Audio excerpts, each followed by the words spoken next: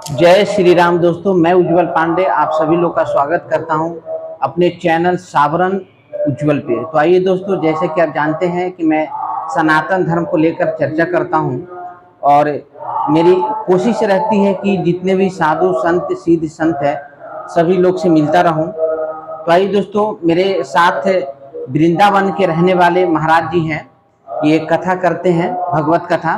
तो आइए इनके मुख से इनका परिचय सुनते हैं। तो प्रभु आप अपना परिचय दें।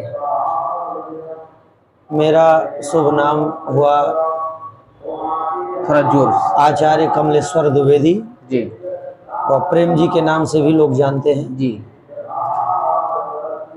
2010 से जी श्री धाम वृंदावन में रह रहे हैं, वास है। और वहाँ हमारे श्रीमद् भागवत कथा के शिक्षा गुरु श्री शिवकरण पांडे गुरु जी थे, जी जो कि 2020 में ही उनका शरीर पूरा हो गया। जी उससे पूर्व काशी में मैंने करपात्री धाम केदार घाट के पास उसमें शिक्षा ग्रहण करी। जी थोड़ा सा और लाउडर। और हमारे प्रारंभ के शिक्षा गुरु आचार्य श्री जी रमाशंकर शास्त्री जी जिन्होंने आपके इस बिहार क्षेत्र में जी उन्होंने गौ रक्षा अभियान में बहुत सराहनीय सहयोग किया, जी जिससे कि कई स्लाटर हाउस इत्यादि जी और गौ हत्या पर भी काफ़ी लगाम उन्होंने लगाया। जी बहुत ही ऐसे अद्भुत विद्वान और ऐसे अद्भुत संत जी बहुत कम संसार में मिलते हैं। जय हो सब। तो इसके साथ में आपके गुरु जी जो है, जो आपने बताया कि वो शरीर छोड़ चुके हैं, उनका जय हो जी। और उसी के साथ दो लाइन और अपने गुरु जी के बारे में सत्संग करा दीजिए, उनका और परिचय 2 लाइन दे दीजिए। हमारे जो प्रारंभ के शिक्षा गुरु रहे श्री रमाशंकर शास्त्री जी महाराज, इन्होंने हमको बालक की तरह रखा जी और हमारी शिक्षा दीक्षा आज जो भी मैं श्रीमद् भागवत कथा भी कर रहा हूँ जी केवल उन्हीं की कृपा से। जी जी उनका जीवन तो मैंने देखा है प्रारंभ में कि मेरे सामने एक बार एक ट्रक कहीं से वैशाली से ही जा रहा था, जिसमें कि 10 टायर चक्का ट्रक में जी करीब 16 गाय और बैल मिला करके उसमें भूसे की तरह भरा हुआ था और इधर थाली परोसी हुई थी। थाली को खिसका करके और गौ माता को बचाने के लिए पहुंच गए थे। और उस समय वर्तमान में लालगंज के जो दरोगा थे, उन्होंने कहा था कि हम आपके जैसे को जाने कितने बाबा देखे हैं, आए और गए। जी जी तब इन्होंने चाबी छुड़ा लिया था ट्रक की और लेकर के चले आए थे। बोले अब जो तुम्हें करना हो कर लीजिए, मेरे आंखों के सामने की बात। और फिर भगवान की ऐसी कृपा, गौ माता की इतनी बड़ी कृपा कि फिर तो दरोगा साहब भी आकर के नतमस्तक हुए। जी जी जी क्योंकि हमारे गुरुदेव वर्तमान में अखिल भारतीय धर्म संघ के प्रांतीय अध्यक्ष बिहार के हैं जी और श्रीमद् भागवत कथा के मूर्धन्य विद्वान।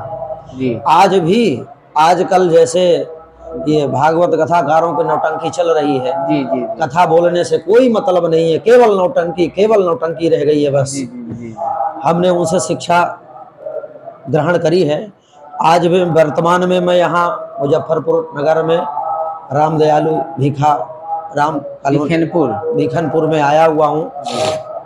यहाँ से जो भी कथा श्रवण करते हैं, आप उनसे किसी से भी पूछ लें कि मैं नौटंकी करता हूँ या कथा बोलता हूँ, केवल कथा और कथा बोल रहा हूँ। जी बिल्कुल ऐसा ही होना चाहिए, क्योंकि हमारा धर्म है कि हम धर्म के द्वारा, चाहे वो श्रीमद् भागवत कथा हो, चाहे वो राम कथा हो, चाहे वो उपनिषद हो, चाहे वो वेद हो, कोई भी हमारे जो सनातन जो ऋषियों ने जो लिखा, चाहे वो गीता हो, उनसे हमें ज्ञान प्राप्त करना है। हमको जीवन में कैसे रहना चाहिए, कैसे चलना चाहिए और इस प्रकार से हमारा जीवन जीना चाहिए।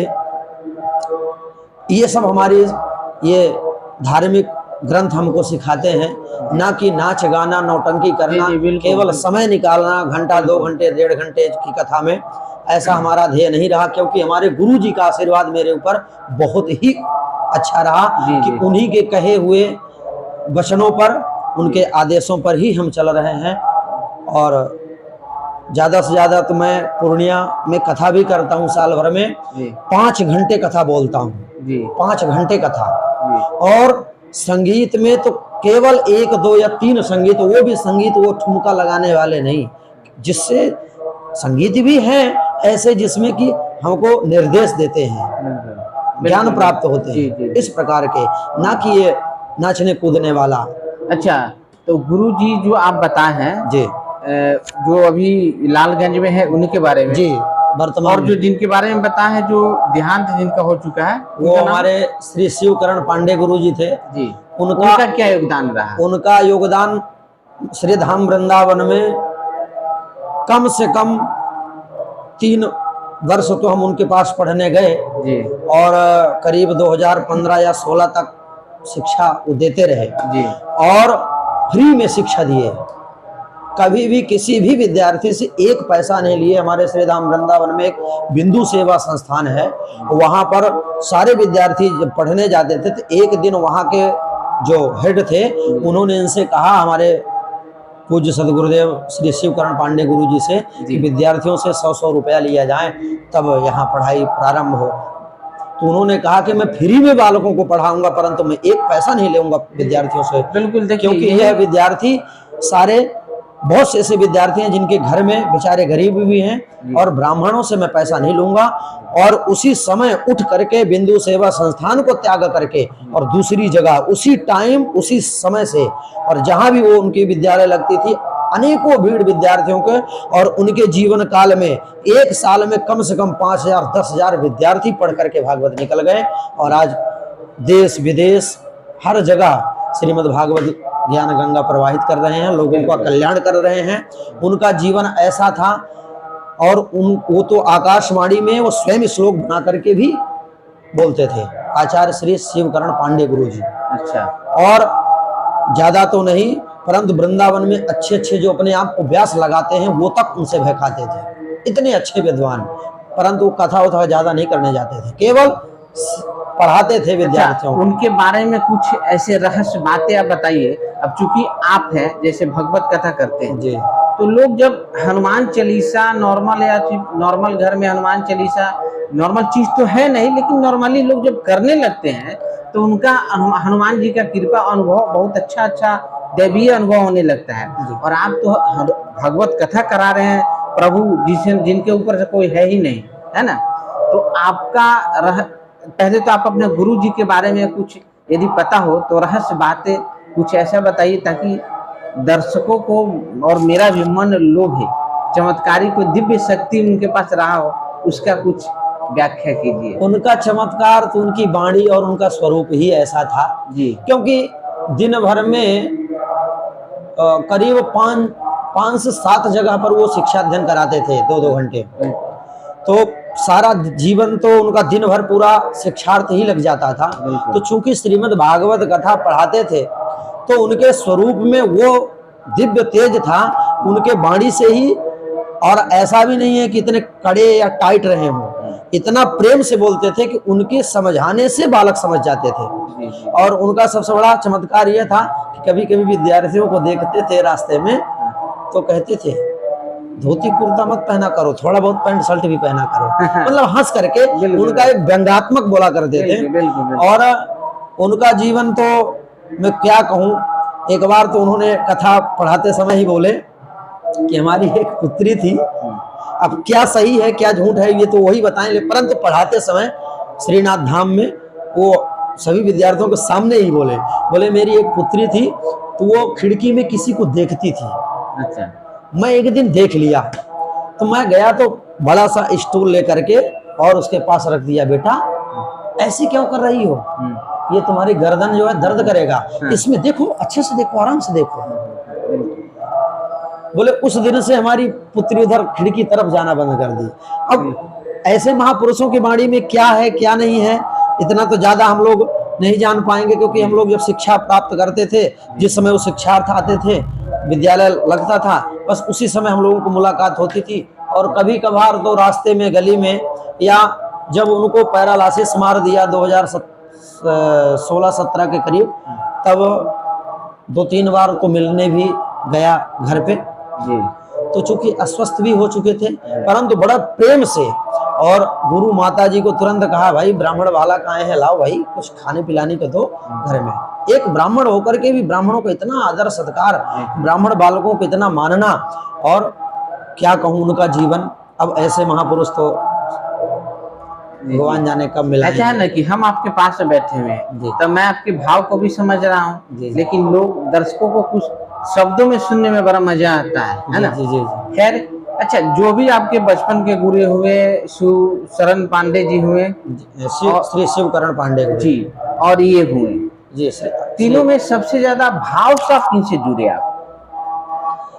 देखिए, भाव तो अब चूंकि अध्ययन तो दोनों लोगों से किया हमने जी, उनके प्रति भी मेरा भाव अच्छा था, परंतु जो हमारी जड़ है, जड़ तो हमारी मजबूत, जो वर्तमान में लालगंज में है, यही है। आचार्य श्री रमाशंकर शास्त्री जी, जी जी जी। इनके प्रति मेरा भाव रहा है, और इनका भी हमारे प्रति भाव रहा है। हालांकि हमारे मनोभाव में उनके प्रति किसी प्रकार का कोई कमी नहीं है, हमारे श्री शिवकरण गुरु जी के भी भाव लिए भी, परंतु यह है कि इनको जब हम बहुत बाल्यावस्था के थे तब से इनका सानिध्य में प्राप्त है, और पुत्रवत रखते थे, और कोई भी गलती करते थे तो तुरंत डांटते थे जी, और डांटने के बाद फिर मनाते भी थे। जी शिक्षा देते समय गुरु और माता पिता की तरह खिलाना पिलाना, और आज जो भी मैं जीवन में जितने भी अच्छे से रहता हूँ जी। यहाँ तक कि मैं पहले संध्या नहीं करता था, संध्या वंदन इत्यादि में नहीं करता था। अच्छा। बाल्यावस्था में जी तो ये हमको, हमारे जो वर्तमान में लालगंज में है, जी ये हमारे हाथ का पानी नहीं लेते थे, जान करके जिससे कि यह संध्या करे, जी जिससे कि यह संध्या करे, जी तो हमारे हाथ से पानी नहीं लेते थे, न छूते थे, कह देते थे संध्या नहीं करोगे तो हम नहीं छुएंगे। हमको मजबूर, उस समय ग्लानि होती थी क्योंकि बाल्यावस्था थी, तब से आज तक है कि भगवत कृपा, गुरुदेव जी का आशीर्वाद कि मैं कहीं भी रहता हूँ सिर्फ संध्या भी करता हूँ, और श्रीमद् भागवत का नित्य प्रति, यदि मैं वृंदावन में रहता हूँ या अपने गांव चित्रकूट जाता हूँ, थोड़ा सा आप ऐसे हो जाए तो नित्य प्रति संध्या वंदन करता हूँ। और श्रीमद् भागवत का पाठ भी 12 अध्याय जब मैं वृंदावन में रहूंगा तब, या घर में रहूंगा तब, खाली नित्य करता हूँ। प्रभु, अब मुझे आप ये बताइए कि बचपन में जैसे आप सियाने हुए, कब से और कैसे, ऐसी कौन सी चमत्कार हुई आपके जीवन में प्रभु का, ईश्वर का, जो आपका मन इस तरफ रुझान हो गया? कोई ऐसी गथा हो, गथा जो भी आप सुनाइए। कोई हनुमान जी का कृपा हुआ हो, या फिर साक्षात राम जी का कृपा हुआ हो, या फिर साधु संत का कृपा हुआ हो, कोई ऐसा चमत्कार, स्वप्न में आके बोलना, या फिर कुछ ऐसा गथा जो मन को रोमांचित कर दे, यदि ऐसा हो तो आप उसको बताइए, ताकि दर्शक लोग का मन आनंद हो और उनका भी रुझान सनातन धर्म की तरफ झुके। प्रारंभ में जब अपने जन्मभूमि चित्रकूट से हम काशी आए, काशी आकर के काशी विश्वनाथ भगवान का दर्शन, गंगा जी का स्नान इत्यादि करते थे, और प्रारंभ में पढ़ने में बड़ी तकलीफ हुई, मतलब मन नहीं लगता था, मन नहीं लगता था। और चूंकि इतने बड़े घर से भी नहीं थे उस समय जी, तो हमारे माता पिता यही कहते थे, क्योंकि जब आते थे तो मैं रोता बहुत था जी, रोता बहुत था, क्योंकि बाल्यावस्था थी, रोता बहुत था। तो हमारे माँ जी कहती थी कि हो गया, रहने दो, मत पढ़ो, चलो घर ही चलो। जी, तो हमको अंदर से ये भय व्याप्त लगता था, डर लगता था जी, कि यदि मैं यहाँ से चला जाऊंगा तो गांव वाले हमको क्या कहेंगे, लोग क्या कहेंगे, हमारी क्या जीवन में पहचान होगी। कम से कम हमारे माता पिता ने हमको जन्म दिया, जन्म देने के बाद हमको सही मार्ग जी, में ले जा रहे हैं। जी, अब हम इसका चाहे सदुपयोग करें या दुरुपयोग करें, जी, परंतु हमारे पिताजी माँ विंध्यवासिनी के उनकी इष्ट हैं। जी जी। हमारे मंदिर भी है घर में। जय हो। और हमारे माँ पिताजी जी आज भी बिना दुर्गा सप्तशती का पाठ किए मतलब जल नहीं पीते। सो आज भी? आज भी। कब से? अब हम तो नहीं देखे हैं, हमारी माता पिताजी बताते हैं। माताजी पिताजी नहीं है? हैं। माताजी बताती हैं कि हमारी एक बड़ी सबसे पहले बहन हुई थी जी। जो नवरात्रि में ही जन्म ली थी और 6वें वर्ष में नवरात्रि में ही उनका शरीर पूरा हुआ था। तो आगे कुछ वर्षों के बाद हमारे पिताजी को वो आने लगी। अच्छा, शरीर पे आने लगे? जी, हमारे पिताजी के। तो चूंकि बताते हैं कि हमारे पिताजी उस समय हमारे मध्य प्रदेश राज्य परिवहन में हमारे पिताजी सर्विस लाइन में थे। जी। तो चूंकि सर्विस लाइन में थे तो शायद लोग बताते हैं कि कुछ खाते पीते भी थे जी। परंतु जब वो आने लगी, वो परेशान कर दें हमारे पिताजी को जी। तो अब उनका नाम तो हमें पिताजी के गुरुजी का नहीं है, परंतु हमारे पिताजी के गुरुजी का यदि जिसको कह दे तो तिल भर बढ़े और राई भर न घटे। ऐसे 2400 घंटे सफेद वस्त्र, एक धोती वही लगा लेते थे और उसी को ओढ़ लेते थे। जी। ये हम बाल्यावस्था के थे उस समय ही हम उनको दर्शन किए हुए हैं। जी। एक बार तो वो घर आए हुए थे तो मैं उन्हीं के थाली में ऐसे उठा करके, बाल्यावस्था थे तो मैंने खा लिया था। तो मेरी माँ ने मुझे पिटाई करी थी, मुझे 3 दिन बुखार हुआ था। 3 दिन बुखार हुआ था। अच्छा, तो क्यों आपने उठा? क्योंकि वो गुरुदेव हैं हमारे पिताजी के, वो भोजन कर रहे थे, बड़े शुद्ध और पवित्रता से रहते थे। अच्छा। हमारी बाल्यावस्था बालकों जैसे उस समय हम करीब 6, 7, 8 साल के रहे होंगे। तो एक तरह की तो प्रसाद के रूप में आपने खा लिया होता। तो माँ ने हमको पिटाई किया, गुरुजी ने कुछ नहीं कहा, अरे क्यों मार रहे हो, क्यों मार रहे हो, तो मना किए। वो तो ऐसे नहीं थे, वो तो बहुत सज्जन, और अब नाम तो मुझे पता नहीं था, मिथिला के ही ब्राह्मण थे वो, क्योंकि उनका भी झा ही लिखते थे। वो अद्भुत थे, उनका स्वरूप देख करके ऐसा अभी भी मुझे याद आता है तो ऐसा लगता है कि जैसे ब्रह्मा जी हो। सफेद वस्त्र, छोटी छोटी दाढ़ी, वही धोती पहन लेते थे, ओढ़ लेते थे। तो घर आते थे, फिर उन्होंने ही माँ विंध्यवासिनी का मंदिर हमारे घर में बनवाया।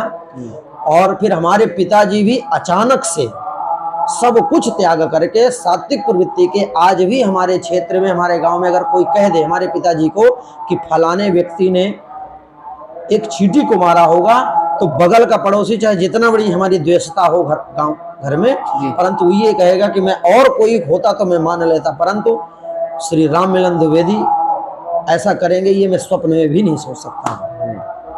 आज वो स्थिति हमारे पिताजी का। और तब से श्री दुर्गा सप्तशती का प्रतिदिन पाठ करना, सुबह स्नान करके और तब उसके बाद जल इत्यादि भोजन लेना। बहुत ही उन्हीं माता पिता का हमारे ऊपर आशीर्वाद रहा। हमारे यहाँ एक कहावत है कि बाढ़ है पुत्र पिता के धर्मन और खेती उपजे अपने कर्मन। यदि माता पिता का आशीर्वाद और यदि माता पिता हमारे यदि संस्कारवान है तो निश्चित ही वह पुत्र संस्कारवान ही होगा। तो मैं तो यही मानता हूँ कि हमारे माता पिता का बहुत बड़ा आशीर्वाद रहा। और मेरी जो इष्ट हमारे पिताजी की हैं, हमारी भी है, हमारी माँ विंध्यवासिनी, उनके द्वारा हमारे जीवन में इतना ज्यादा सहयोग रहा कि जहां से हमको ये लगा कि अब हमको छोड़ करके जाना होगा, तो ऐसे लोगों से वो मुलाकात करवाती गई कि हमने कभी पीछे मुड़ करके देखा ही नहीं जीवन में। जय हो माता विंध्यवासिनी की जय हो। अच्छा, तो बहुत अच्छा लग रहा है आपसे बात करके, क्योंकि सच्ची है, आपकी जो भी कहानी, जो भी बातें हैं, आपकी भक्ति में सच्चाई है। किसी तरह का कोई उथल पुथल की से इधर उधर की बातें नहीं है ना। अच्छा, तो ये कहानी रही आपकी इस तरफ आने का। माता विंध्यवासिनी का बहुत बड़ी कृपा रहा है, माता पिता का आशीर्वाद, माँ विंध्यवासिनी का। जी। प्रभु, आप भगवत कथा करते हैं, तो कुछ भगवत कथा के बारे में 1-2 लाइन में बोलिए, भगवत कथा क्या है? देखिए, हमारे सनातन वैदिक धर्म में जी गीता भी, श्रीमद् भगवत गीता भी बहुत बड़ा ग्रंथ है, जिससे कि आज गीता से तो बड़े बड़े लोग, जो विदेशी लोग हैं, वो तक बिल्कुल पढ़ते हैं, स्वाध्याय करते हैं, अध्ययन करते हैं। परंतु हमारे जीवन में 2 ग्रंथ ऐसे हैं, एक श्री रामचरितमानस जी और दूसरा श्रीमद् भागवत महापुराण। जी और भगवान के 24 अवतार में 2 अवतार मुख्य हैं, जी भगवान राम का और भगवान श्री कृष्ण का। जी हैं वस्तुतः एक ही, परंतु लोग कहते हैं वो 12 कला हैं, वो 16 कला पूर्ण है। ऐसा नहीं है, जी जी दोनों पूर्ण ब्रह्म है। जी अंतर इतना है कि उन्होंने अपने कुछ लीलाओं को उजागर नहीं किया बिल्कुल। और इन्होंने अपने लीलाओं, सभी लीलाओं को उजागर कर दिया। बिल्कुल। और एक चौपाई शब्द है कि राम कृष्ण दो एक हैं, जी अंतर नहीं निमेष, जी उनके नयन गंभीर हैं, जी इनके चपल विशेष। जय हो, मतलब भगवान श्री राम मर्यादित रहे, मर्यादा पुरुषोत्तम श्री राम। जी उनसे जब भी किसी ने पूछा जी परिचय, तो उन्होंने केवल यही कहा कि मैं संत और ब्राह्मणों के चरणों का दास हाँ, और जय हो। पूज्य मेरे पिता महाराज दशरथ का ज्येष्ठ पुत्र में श्री राम, जी इतना ही परिचय देते थे।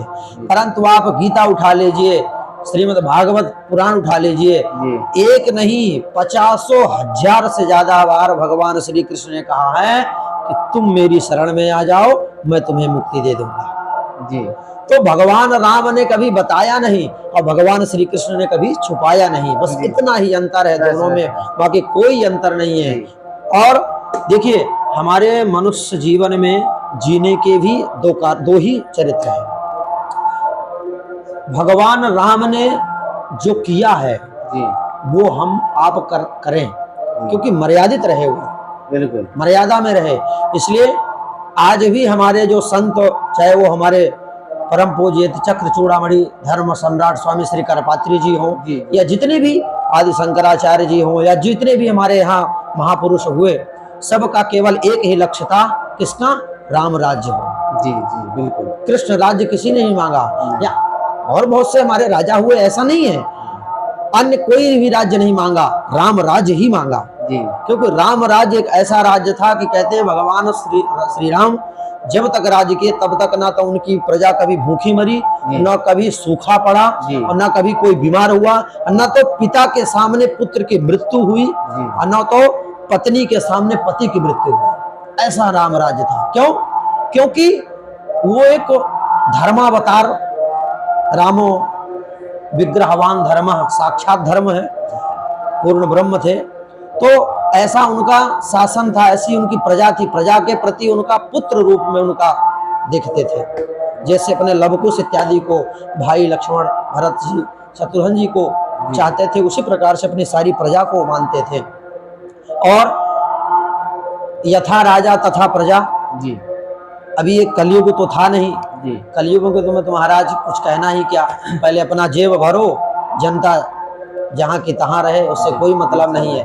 धर्म पर कितना भी कुठाराघात होता रहे, कोई मतलब नहीं। हमारे राम राज्य में भी हो और चाहे कृष्ण राज्य में ही हो, पहले जो राजनीति चलती थी वो धर्म नीति के अनुसार राजनीति चलती थी, धर्म को लेकर के। क्यों? क्योंकि मंत्री पहले या तो वशिष्ठ जी हुआ करते थे, या तो गर्गाचार्य जी होते थे, उद्धव जी जैसे, उद्धव बुद्धि सत्तमः, जो बिल्कुल ऐसे होते थे, क्योंकि उनको बताते थे कि क्या ये करना उचित है, तब वो धर्म को लेकर के ही राजनीति की जाती थी।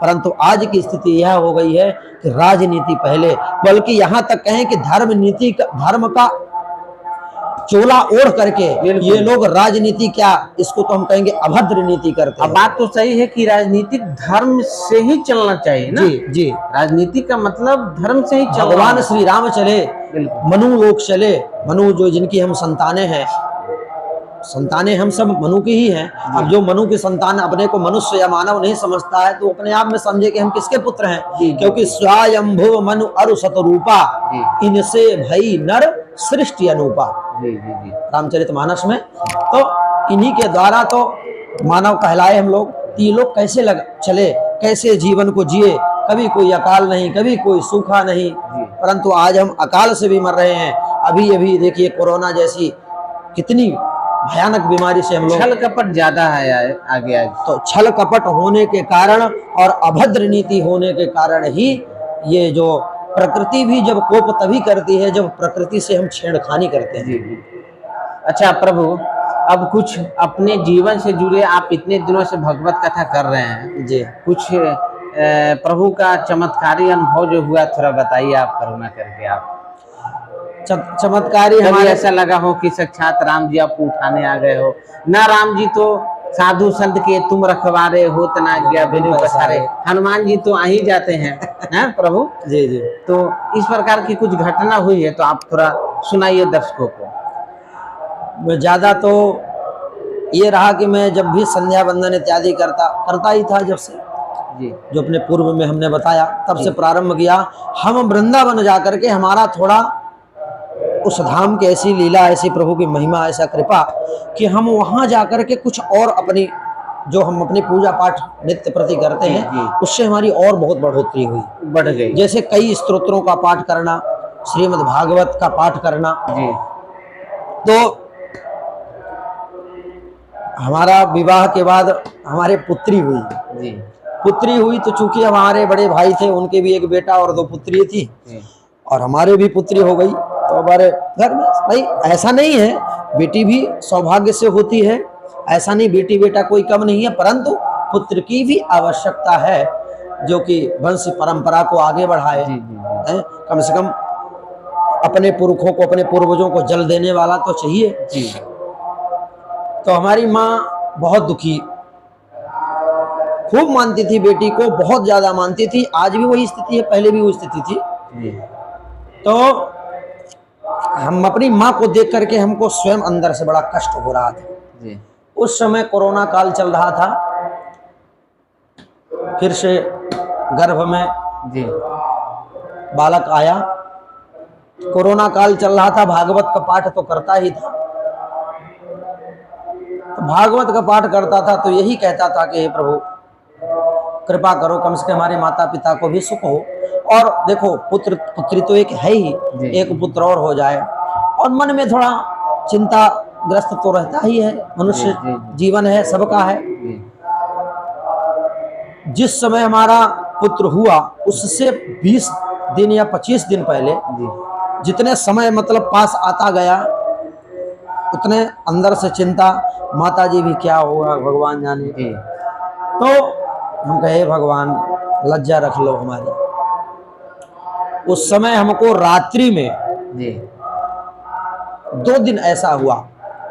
एक दिन तो हम तो यही कहेंगे कि माँ विंध्यवासिनी ही मातेश्वरी आई, जी हमारे मस्तक पर अपना हाथ, मैं सो रहा हूँ, दोपहर की बात है, जी खूब पसीना से तर-पतर हो चुका था मैं सोते सोते। अच्छा आई और हाथ ऐसे ऐसे करके जैसे ऐसा लगा कि हमें कोई सहला रहा है हाथों से, और कहती हैं कि चिंता क्यों कर रहे हो,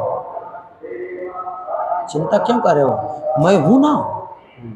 इतना ही शब्द उनका हुआ और तब तक में मेरी नींद खुल गई। उनका चेहरा सामने आया या फिर बस ये आपने मतलब एकदम स्वरूप तो आया, जो हमारे यहाँ विंध्यवासिनी है या जो मन में भाव उनके प्रति रहता वही स्वरूप मुझे दिखा, स्वरूप दिखा, सोते समय दिखा। जी जी जी जी। तो चिंता क्यों कर रहे हो, मैं हूं ना तुम्हारे साथ। जी जी, जय माता दी। बस उसके बाद तुरंत नींद खुल गई, देखा तो कुछ नहीं। अब इतना मुझे जगने के बाद इतना ठंडक हमारे शरीर को महसूस हुआ जिसका कोई हद नहीं। फिर हमारे मन में ये दुविधा होने लगी कि पता नहीं भगवान जाने क्या हुआ, क्या होगा, क्या नहीं। दूसरे दिन रात में जी जैसे एक बालक और एक छोटी बालिका दोनों बराबर के आए, तो दोनों लोग कहते हैं इसी तरह तुम पाठ सुनाते रहो ना, हम आएंगे आपके घर। यही शब्द था, आप पाठ इसी प्रकार सुनाते। अच्छा, मैं अपनी पत्नी को सामने बैठा करके श्रीमद् भागवत का पाठ रोज सुनाता था। अच्छा, तो कहते पाठ सुनाओ ना, पाठ इसी प्रकार सुनाते रहो, हम आएंगे ना। कौन बालक बोला? बालक बोला। वो कुछ नहीं, उनके साथ में थी। अच्छा अच्छा अच्छा। हमको ये प्रतीत हुआ, अपने मनोभाव ऐसा लगा, इतना सुंदर स्वरूप उनका कि हमको लगा कि शायद राधा कृष्ण भगवान ही आए। जी।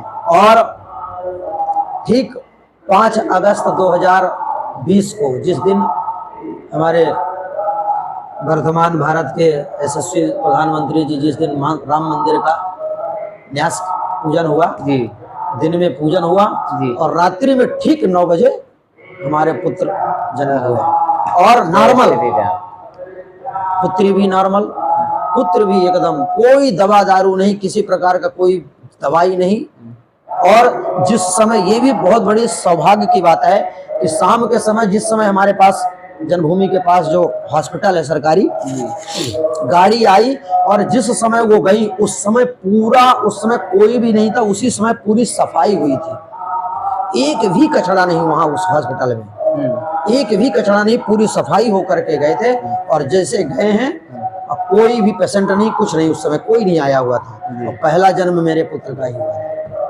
और गए हैं 15 मिनट बाद फोन आ गया है वहां से, तो अति हर्षोल्लास हुआ। आज भी मेरा पुत्र पद्मासन में बैठता है, भी इतने छोटे से, हाँ जी, पद्मासन में बैठता है ऐसे करके। और यदि जिसे हम लोग बात करते करते यदि ऐसे हो जाएंगे तो यही कहेगा, पिताजी अच्छे से बैठो, पिताजी अच्छे से बैठो, ऐसे जब तक निकलेंगे। माँ को नहीं कहेगा अच्छे से बैठो ना माँ जी। और मेरा पुत्र, हम लोगों ने प्रारंभ से ही, अपने पुत्री भी हमारी कभी भी डैडी पापा इत्यादि नहीं, पिताजी, पिताजी और माँ जी, और उसी प्रकार उनको सुनते सुनते मेरा पुत्र भी, और उसका नाम भी हमारे पिताजी ने राम ही रखा है। बोले आज मोदी जी ने राम मंदिर का पूजन किया है तो आज हमारे घर में भी राम आ गए हैं, तो मेरे पुत्र का नाम राम। मैं तो कभी कभी इतना बालक है, बदमाशी करता है, तो मैं कहता हूँ पिताजी आप इसका नाम राम रखे हो, लेकिन इसके काम पूरे श्याम के जी जी जी। ऐसी अद्भुत लीला कथा आपने सुनाया। मैं आशा करता हूं कि भक्त यदि भाव से सुनेंगे आपको तो कहीं सत्संग से बिल्कुल कम कभी नहीं है ना, सत्संग ही है एक। तो श्री रामचरितमानस जीना हमें सिखाती है और श्रीमद् भागवत महापुराण जी हमें मरना सिखाती है जी। तो मृत्यु के समय क्या क्या होना चाहिए। जैसे महाराज परीक्षित का और भगवान सुखदेव का ही संवाद है, उसी से श्रीमद् भागवत कथा चली। तो केवल 7 दिन का श्राप लगा था महाराज परीक्षित को जी। तो ये हम सभी जीवों को ये समझना चाहिए कि हम सभी परीक्षित हैं जी। क्यों? क्योंकि सोमवार से रविवार तक गिनेंगे तो केवल 7 दिन ही होंगे जी। और जैसे परीक्षित ने उन्हीं 7 दिनों में समीक जी का अपमान भी किया, उसी 7 दिन के अंदर उनको श्राप भी लगा और उसी 7 दिन में ही अंदर उनको भागवत कथा भी श्रवण किए और उसी 7 दिन के अंदर उनको मोक्ष गति भी प्राप्त हुई।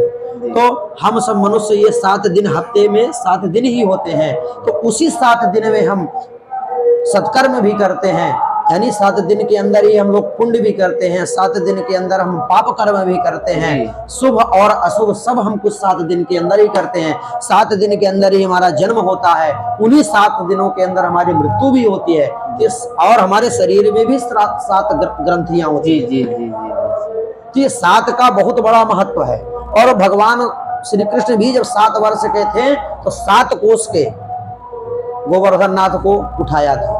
तो 7 का, और भागवत भी 7 दिन की ही सुनी जाती है। तो 7 का हमारे जीवन में बहुत बड़ा महत्व है।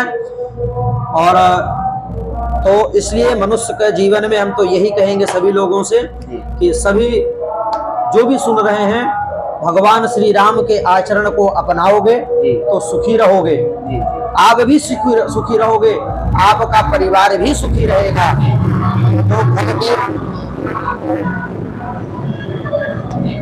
जो घर के अपने, जैसे भगवान राम के अयोध्या में कोई दुख नहीं हुआ जब तक उनके शासन काल में, तो आज कलयुग में हम जिस घर में रह रहे हैं, यदि हम सच्चे और ईमानदारी से रहेंगे, सच्चा धन खाएंगे, सच्चा अन्न खाएंगे, तो निश्चित है कि हमारी बुद्धि भी सच्ची होगी। क्योंकि कहावत है कि जैसा खाए अन्न वैसा रहे मन, जैसी संगत वैसी रंगत जी। और सत्संग, देखिए अन्न का कण और सत्संग का क्षण कभी भी व्यर्थ नहीं जाने देना चाहिए, यही जीवन का परोपकार है। और यदि ऐसे नियम धर्म और गरीब की सहायता करना, किसी निरपराध की सहायता करना, जी किसी गरीब कन्या का हमारा जितना सहयोग हो सके जी, उतना बिल्कुल, करना, बिल्कुल, यही सनातन वैदिक हिंदू धर्म है। जी सनातन धर्म यही है जी कि अपने परमात्मा को मानना, जो हमारे हिंदू देवता हैं, और उनको मानने के साथ साथ जीवों पर दया करना, जी प्रत्येक जीवों पर दया करना, मांस मीट मछली इत्यादि ना खाना, दारू शराब नशा शाकाहारी बन करके रहना, क्योंकि किसी भी जीव की हत्या करके और अपना उदर पालन यदि हम कर रहे हैं तो सबसे बड़ा पाप हम ये कर रहे हैं। सनातन धर्म तो हमें यही सिखलाती है, सनातन मान सम्मान। जी, और मान सम्मान कोई छोटी शब्द नहीं है, छोटा बहुत बड़ा शब्द है, बहुत बड़ा जी, शब्द जी। है। अब वो किसी निरपराध को मार करके यदि अपना उदर पालन किया जाए, इससे बड़ा दुख का कारण और क्या होता है। तो चूंकि देखिए 4 जगह पर महाराज परीक्षित ने जगह भी कलयुग को दिया था। जी द्यूतम पानम स्त्रियः सूनम यत्रा धर्म चतुर्विधा। द्यूतम जहाँ जुआ खेला जाता हो वहां पर कलयुग का वास है। जी पानम जहाँ मदिरा पान होता हो वहां पर कलयुग का वास है। जी स्त्रियः सूनम जहाँ नारियों का सम्मान नहीं है, जी, जहाँ जी, स्त्री बिल्कुल। लंपट पुरुष वैश्यालय इत्यादि जो बिल्कुल, बिल्कुल, रहते हैं वहां पर कलयुग का वास है। और चौथा है सूनाम, जहाँ निरपराध पक्षियों को जीवों को मार करके और उनका खाया जाता हो। इन 4 जगहों पर कलयुग का वास है। और जिस घर में, आज भी मैं कहता हूं कि जिस घर में ये चारों चीजों में से एक भी होगा, उसका घर, उसका परिवार, उसकी संतान कभी सुखी नहीं होंगी, ये बात निश्चित है, वो दुख में ही पड़े होंगे। तो इसलिए हम कहते हैं कि भगवान श्री राम के चरित्रों का श्रवण करें और उनके चले हुए पर हम चलना सीखें, तो जिससे कि कम से कम हम बाहर नहीं कर सकते तो कम से कम अपने घर में तो राम राज ला सकते हैं। और यदि हमारे घर में राम राज आ गया, इसी प्रकार से यदि उस एक गांव में यदि 20 लोग भी राम भगवान के अनुसरण करने लगे तो समझिए कि 20 घर तो सुखी रहेगा, दवा दारू रोग से निवृत्त रहेगा, और उसके सामने सारी पुत्र पौत्रादि इत्यादि सब सुखी होंगे। अच्छा प्रभु, आपने जो बताया वो अद्भुत बातें आपने बताई, बहुत ही मजा आ रहा है, ठीक है, बहुत ही अच्छा लग रहा है। कुछ हनुमान जी के बारे में, उनका प्रत्यक्ष अनुभव आपके जीवन में क्या रहा है, वो चीज आप हमको कुछ बताइए। उनका अनुभव, उनकी कृपा तो हमारे ऊपर रही, बहुत ज्यादा रही, क्योंकि मैंने भी यहाँ लालगंज जाते थे तो हम यहाँ पंचमुखी हनुमान जी की सेवा करते थे। शायद है उन्हीं की कृपा ही हुई जो कि ये भागवत जी पढ़ाते थे और फिर उसके बाद हमको वृंदावन भेज दिए। अच्छा, तो यहीं पे आते थे आप? वहां से बनारस से आते थे, रहते भी थे जी, 4-4 महीने 5-5 महीने साल भर यहाँ रहते थे। 2005-6 से लेकर के 10 के बीच में जी। तो हनुमान जी की सेवा करते थे। देखिए हनुमान जी भगवान भोलेनाथ के 11वें रुद्र हैं जी। हमारे दृष्टि में यदि हमने भगवान श्री राम का भी दर्शन कर लिया तो हमने ये समझा कि भगवान हनुमान जी का दर्शन हो गए। हमने यदि भगवान भोलेनाथ का दर्शन कर लिया तो हम समझते हैं कि हनुमान जी के दर्शन हो गए। और यदि हनुमान जी के मुझे दर्शन हो गए तो मैं ये समझता हूँ कि भगवान श्री राम, भगवान श्री श्याम और शंकर जी दर्शन हो गए। क्योंकि हमारे हृदय में कभी भी मेरे ऊपर ये नहीं रहा कि ये हनुमान जी हैं, ये राम जी हैं, ये भोले बाबा हैं। हमारे रूप में हम तो इन तीनों में से, या और जो हमारी विंध्यवासिनी दुर्गा मैया हैं, चाहे वो काली मैया हो, चाहे महालक्ष्मी मैया हो, चाहे सरस्वती मैया हो, जो भी हमारे हिंदू सनातन धर्म में 33 कोटि के जो देवता हैं, 33 प्रकार के मुख्य देवता हैं, उनमें तो किसी का भी दर्शन हो, सब में हाँ इष्ट तो आपका एक होना चाहिए। जैसे कोई स्त्री है, उसका विवाह यदि ससुराल में होकर के आया तो उसकी प्रीति तो अपने पति से तो होनी चाहिए, परंतु ये भी नहीं है कि सास ससुर देवर देवरानी ननद को आंख दिखावे और पति से प्रीति करे। ऐसा कभी नहीं होना चाहिए। सबको सम्मान दे, सबको भाव दे, सबकी सेवा करे, परंतु प्रीति तो एक पति में तो होनी चाहिए। उसी प्रकार से हमारे जो इष्ट हैं, किसी के राम हैं, किसी के कृष्ण हैं, किसी के भगवान भोलेनाथ हैं, तो किसी के हनुमान जी हैं, तो उनके प्रति प्रेम तो होना चाहिए इष्ट के प्रति। परंतु ऐसा भी ना हो कि हम हनुमान जी को माने और राम जी से द्वेष करें, या भगवान भोलेनाथ से द्वेष करें, या श्याम जी से कृष्ण से द्वेष करें, अच्छा, प्रभु और राधा से द्वेष करें, सीता माता को माने रुक्मिणी माता को ना माने, जी। सारे सब एक ही है। अच्छा, जैसे आपने बताया है जो मातेश्वरी जी, विंध्यवासिनी में विंध्यवासिनी मैया का जो आप पर कृपा है, और साथ में जो साक्षात जो राम जी और सीता जी जो उस रूप में आपको दर्शन दी है ना, कतई कोई संदेह करने की बात नहीं है। उसी प्रकार से हनुमान जी का ऐसा कुछ अनुभव रहा है आपके जीवन में? जीवन में तो अब ये तो हम नहीं कह पाएंगे, परंतु कृपा तो देखो हमारी। आज भी मैं यदि वृंदावन में रहता हूं तो एक नीम करोरी बाबा आश्रम है, जय हो, जय वहां हो। पर हनुमान जी हैं। आज भी मैं वृंदावन में रहता हूं तो मंगलवार और शनिवार जी मैं वहां जाता हूं तो दोनों तरफ पत्थर बड़े बड़े लगे हुए हैं। जी उनमें एक तरफ हनुमान चालीसा लिखा हुआ है और एक तरफ हनुमानाष्टक लिखा हुआ है। जी तो मैं उन दोनों का पाठ करता हूँ, खड़े खड़े होकर के दर्शन करता हूँ, एक परिक्रमा लगाता हूँ। बगल में ही राजा रामचंद्र भगवान, सीता जी, हनुमान जी, लक्ष्मण जी हैं। जी। वहाँ जा करके श्री रामचंद्र के पाल भजवन वहाँ भी उनको सुना करके, और प्रत्येक शनिवार और मंगलवार और शनिवार। तो मैं ये भी मानता हूँ कि हनुमान जी की इतनी बड़ी कृपा है कि हम जब भी कभी कोई चीज़ यदि मेरे मन में भाव उठा है कि ये चीज़ हमारे पास भी होना चाहिए या हमको भी इतने ऊंचे तब पहुंचना चाहिए, तब हनुमान जी की मेरे ऊपर इतनी कृपा हुई कि मैं कभी उस चीज से निराश। आज यदि सोचा हूं तो कल निश्चित है कि 2-3 दिन के अंदर ही वो चीज हमारा हो जाता था। ये हनुमान जी की विशेष कृपा। और मैं अपने बालकों को, अपने परिवार को, मैं अपनी पत्नी को, मैं अपने पुत्र को, अपनी पुत्री को, मैं कभी भी न तो किसी गार्डन ले जाता हूँ, न तो कभी सिनेमा हॉल ले जाता हूँ। मैं ले जाता हूँ, कहते हैं घूमने के लिए, तो मैं या तो हनुमान जी नीम करोरी बाबा आश्रम ले जाता हूँ दर्शन कराने, या तो बिहारी जी के दर्शन कराने ले जाता हूँ, चाहे राधा वल्लभ, राधा दामोदर, कात्यायनी माता, गोपेश्वर महादेव। मैं चाहता हूँ कि हम आज जो छोटे से अपने बालकों को जो संस्कार देंगे, आज हम बच्चों को लेकर के यदि हम गार्डन जाते हैं, पिज्जा खिलाते हैं, चाउमीन खिलाते हैं, कोई मतलब ही नहीं हमारा उस गंदगी में जाने का।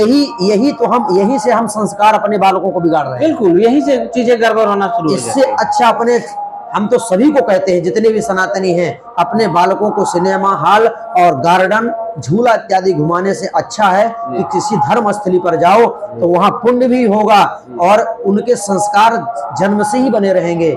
मंदिर हमको जाना है, मंदिर के प्रति उनका लगाव होगा। आज देखिए, घुमाने का क्या मतलब है कि खुद को, बच्चों को खुशी देना है। खुशी आपको गंदे जगह पर नहीं मिल सकती है। खुशी आपको प्रभु के शरण में, अच्छे जगह पर, साफ सुथरा जगह पे। तो सिनेमा हॉल और होटल ये साफ सुथरा हो ही नहीं सकता है। वहाँ का व्यवस्था ही वैसी, माहौल ही रहती वैसी। बीमारी का घर साफ सुथरा है, जाइए प्रभु के शरण में जाइए, अच्छे से मंदिर में जाइए, वहाँ का एनर्जी अच्छा शुद्ध होता है, वहाँ जाइए, वहाँ मजे की बात है। तो प्रभु आपका जो कृपा आपने जो दिया, बहुत अद्भुत सत्संग आपने दिया। वीडियो काफी लंबा हो चुका है, नहीं तो आपका तो बात खत्म ही नहीं हो सकता होगा। ठीक है जी। आप दर्शकों को आशीर्वाद दीजिए अपने इष्ट देवी की ओर से कि सभी लोग का कल्याण हो, है ना, साथ में आपका इस बोधवाला का भी कल्याण हो, और ये मेरा सनातन धर्म का जो कार्य मैं कर रहा हूँ ये काफी आगे जाए जितना मैं सोच रखा हूँ। बस सभी दर्शकों को मेरा राधे राधे, हर हर महादेव जी, हर हर जय श्री राम, जय श्री राम।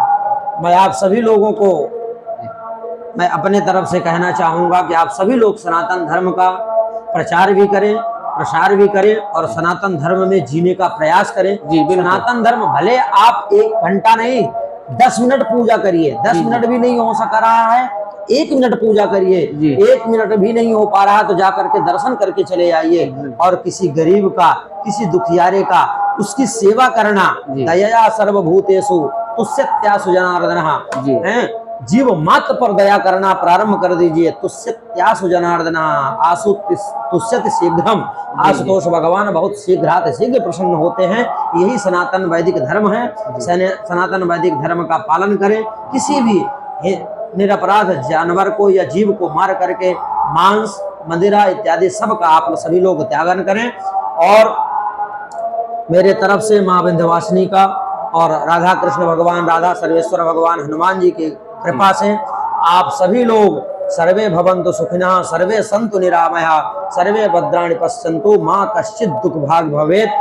आप सभी लोगों को, सनातन धर्मियों पर भगवान की, हनुमान जी की कृपा, राधा रानी की कृपा, श्री राजा रामचंद्र जी की कृपा, मेरी जो इष्ट कुलदेवी हैं, कुलदेवी भी है मेरी और इष्ट भी हैं, माँ विंध्यवासिनी की सदैव आप सभी लोगों पर खूब कृपा बनी रहे। और हमारे भैया जय प्रभु उज्ज्वल जी के ऊपर, हमारी भगवती को तो मैं यही कहूँगा मन से कि जिस काम में आप जाएं, सर्व मंगल मांगल्ये शिवे सर्वार्थ साधिके शरण्ये त्र्यंबके गौरी और नारायणी नमोस्तुते। भगवती इसी प्रकार आपका खूब कल्याण करें, सनातन धर्म का इसी प्रकार आप प्रचार प्रसार करें और भगवती आपका सहयोग करती रहें, यही मेरा आशीर्वाद है।